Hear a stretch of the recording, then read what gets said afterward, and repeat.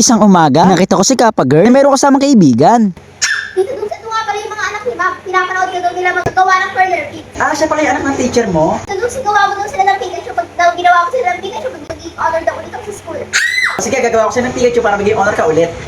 At eto nga, saktong-sakto. Nadalhan na naman tayo ng bagong set ng perler beads. Hindi lang isa, kundi 3 set. Grabe, ang dami na, no? So eto nga, nagpe-prepare na ako bago tayo bumuo ng perler beads. At eto nga pala Pikachu na reference natin. Nag-fill up na din pala ako ng color black. So mga kritra, buuin natin si Pikachu. Grabe na mga kadigot ang mga bata talaga. Sa sobrang dami ng Pokemon, si Pikachu talaga pinakakakilala nila. Bagay si Pikachu nga pala ang bida. At favorite siya ng lahat. Cute naman kasi talaga eh. O eto nga mga kadigot, finish na agad ako. Ang bilis, diba? Ngayon na magagamitin natin siya ng tape. Yung una nga pala, masking tape ang gamit ko. Pinalitan ko na itong painter's tape. Pwede rin naman ng masking tape. Pwede sa inyo yun. Pero nasubukan ko itong painter's tape. Mas madali siyang gamitin at mas smooth. Ito nga, diba, kapit na kapit lahat. After successful tape, patungan natin siya ng parchment paper. At planchahin na natin. At after ilang minutes na ng pagpaplansya, ito na ang result niya mga kadugi. Pwede natin siyang tanggalin. Sinin! Sa mga kadugi, ito na si Pikachu. Kahit sa malayan, makikilala mo siya. Siyempre, mas maganda kapag malapitan. Diba, ang cute niya, kamukha talaga si Pikachu. Ngayon, tara, ibibigay natin ito kay Kappa Girl para ibigay niya sa anak ng principal. O Kappa Girl, ito na nga pala si Pikachu. Bigyan mo daw sa anak ng teacher mo para maging honor ka.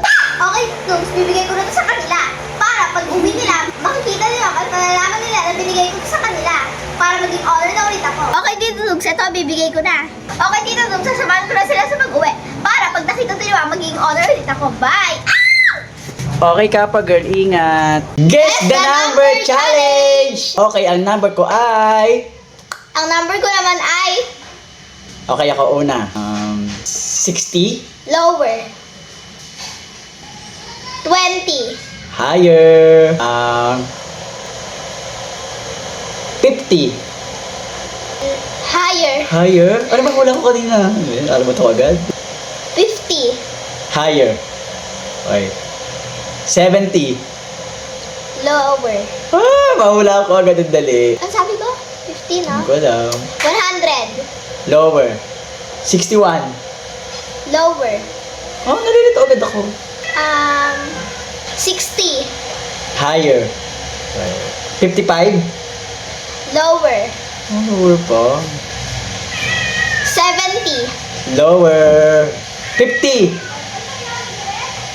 Higher. Okay, lang ko na. 67. Lower. 53. Lower. Okay.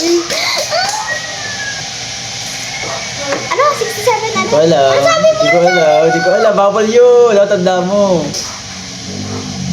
63. Higher. 52. Kala ko?